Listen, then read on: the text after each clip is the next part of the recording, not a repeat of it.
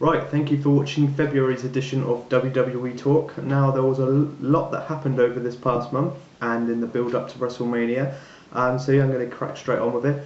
Now, the pay-per-view we had this month was Elimination Chamber, and I was looking forward to it. It had a lot of promise, a lot of good matches, and I've just watched it literally a couple of hours ago, so it's fresh in my mind.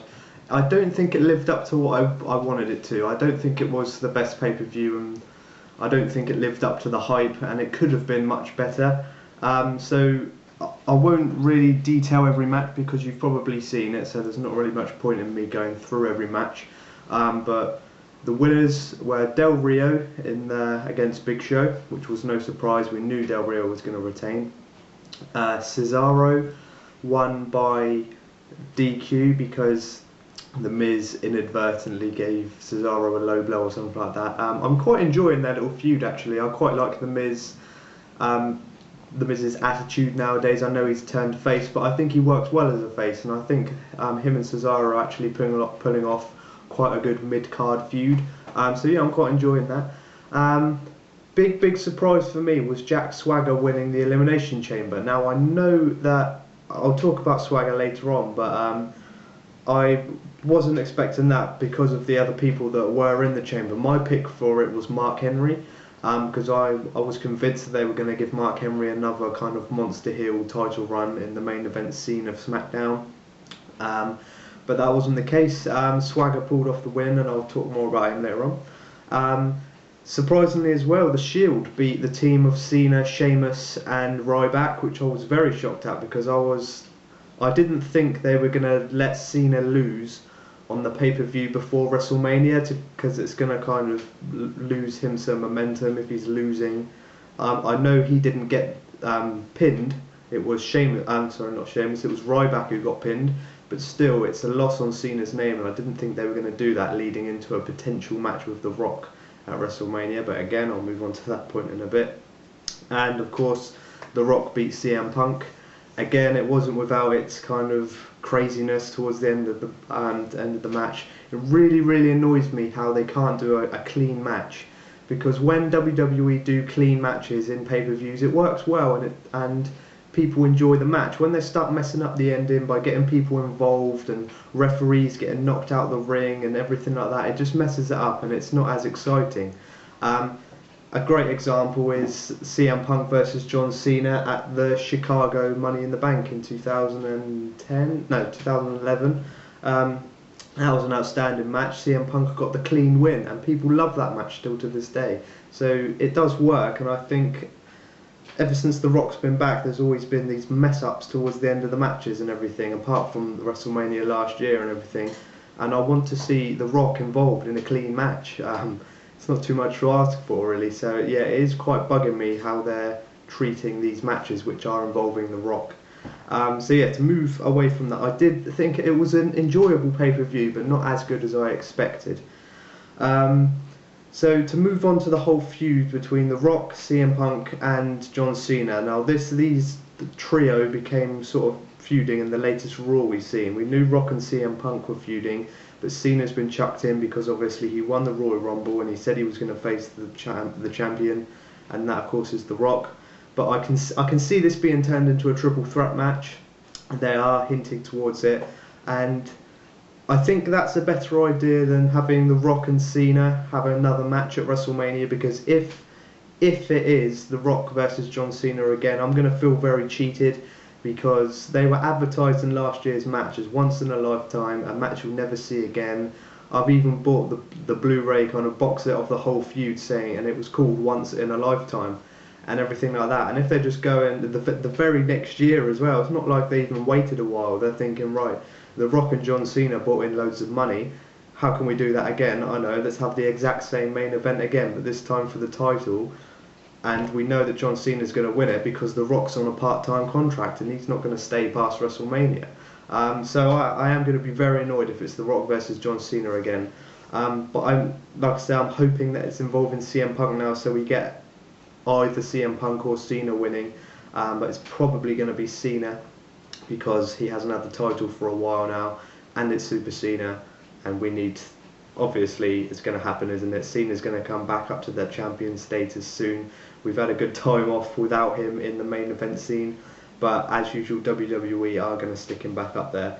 I don't know what to expect with this feud, because I think what they need to do is to get The Rock more involved in Raw, and by this I mean give him matches, give him, I don't know, like a squash match against JTG or something like that, or Heath Slater or someone.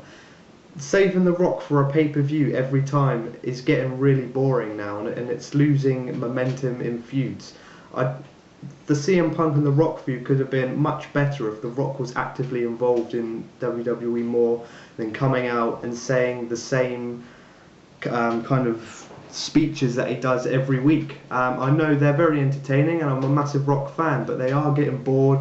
I am getting bored of him coming out and saying finally The Rock has come back to wherever they are, talk about CM Punk and Paul Heyman looking like a walrus, and then that's it. It's all comedy, but there's not much of the old Rock in the current Rock, and I want to see more of that. I want to see more of old style Rock. So I hope he can up his game on the road to WrestleMania, because I think it needs to happen. So yeah, on the road to WrestleMania, we do know the kind of another match that should be happening, and that is Jack Swagger versus Alberto Del Rio. Now, Jack Swagger won the Elimination Chamber. Like I said, I was very shocked. This was a few weeks ago that they gave Swagger his new push. So obviously they've seen something in Swagger, and they want to give him another last chance to kind of propel himself to a superstar, really. So obviously they're going all out, because they've let him he's won the Elimination Chamber, and he's going on to WrestleMania to feud with the world champion. And this is in the space of a few weeks. 3 weeks ago, Jack Swagger was down on superstars and all that, and just fighting Yoshitatsu every week. So they've obviously seen something in him. And personally, I quite like this new look Jack Swagger. He's got some awesome new entrance music as well, which is quite a guilty pleasure of mine. The more I hear it, I think it's quite good. And yeah, I'm liking this new attitude of Jack Swagger. He's got, I can't remember the name of some old guy that follows him out of the ring every week, but he's working as well. He's building heat on Jack Swagger. Whether this feud is going to involve Dolph Ziggler, I don't know. I'm predicting that it's going to be Swagger and Del Rio, the feud leading up to WrestleMania, and I think Dolph Ziggler is going to cash in at WrestleMania on the grandest stage of them all to kind of steal the show, really, as he says, steal the show. So I'm predicting that he's going to cash in at WrestleMania. So yeah, I'm looking forward to seeing that feud develop. Like I said in my last WWE video, I like Del Rio as a face. I think he's working really, really well. So yeah, I'm also hoping to see a lot more of Randy Orton. Now, I thought towards the end of the Chamber match, I thought Randy Orton was going to win it, and then they were going to try and push Randy Orton again, but I think he's really ruined himself by all those kind of drug problems he had and all the suspensions he's had from WWE, because he was up there. Him and John Cena were the two top stars in WWE, and Randy Orton was a bigger star than John Cena was in the very, very early days of Cena's career. And comparing the two, Randy Orton's dropped right off. He's been losing to people like Antonio Cesaro in the past few weeks, and that's not the Randy Orton I want to see. I want to see Randy Orton as this deranged mental heel character, because he needs to be heel. He works best as a heel. So I hope they can find something good for him in the run up to WrestleMania, because it's a shame, because he is such a good star for the WWE. Now, to move away, this past week on Raw, we did see a new design for the WWE title belt, finally. And now I've been reading the forums and stuff, and a lot of people don't like this new design. And I don't know, I think I like it. It's a bit in your face with the massive WWE logo right there. But let's face it, it's better than that spinny toy. It's much better than that. It looks a bit more prestigious. Like I said, it looks a bit in your face with the massive W there. But it's better than what we had, and I'm willing to go along with it. At least it looks a bit better. So yeah, I quite like it. So let's see if this one lasts as long as the spinner. Now, also as well, in the lead up to WrestleMania, of course, we need to talk about The Undertaker, and we haven't seen him yet. And now I did think it was going to be CM Punk facing him, but now that CM Punk's staying in this feud with The Rock and Cena, I'm probably going to take a guess at Brock Lesnar. facing The Undertaker, and I think it's going to tie in with something to do with this Paul Heyman, Vince McMahon mini feud that's going on, because obviously Brock Lesnar attacked Mr. McMahon. I think that's going to tie in with something to do with Triple H, and I think that's going to tie into something to do with The Undertaker. I don't know. I think The Undertaker and Brock Lesnar are going to fight at WrestleMania. I really do, because they obviously have plans for Lesnar, because why would they bring him back? We haven't seen him for a week or two now. He wasn't on Raw, he wasn't in the Elimination Chamber, so hopefully he'll be on the next Raw. And like I said, yeah, I think we're going to get Taker versus Brock Lesnar. I think that would be quite a good idea as well, because we've only seen Brock Lesnar as this monster heel who goes around attacking people, and obviously the Undertaker's not going to lose at WrestleMania to Brock Lesnar. I hope WWE would be stupid enough to make that happen anyway. So it'd be cool to see how Undertaker would take down Lesnar. So I really, really want to see that happening. So yeah, that's about it for the video, but I want to mention one more thing, and that is this picture. Just look at it. Just look at the fall of Lord Tensai. He went from this to this, and I just cannot believe it. It is probably the worst thing in current WWE at the moment, and I don't know what he must be thinking in his head, why he quit Japan Pro Wrestling to come back to WWE and be dancing in ladies' clothes with the biggest disgrace in a WWE ring, which is Brodus Clay. And now I don't even know. I just wanted to mention it and just see what you guys thought of it as well. So drop down your comments on everything I've talked about in the video down below and what you're currently enjoying in WWE.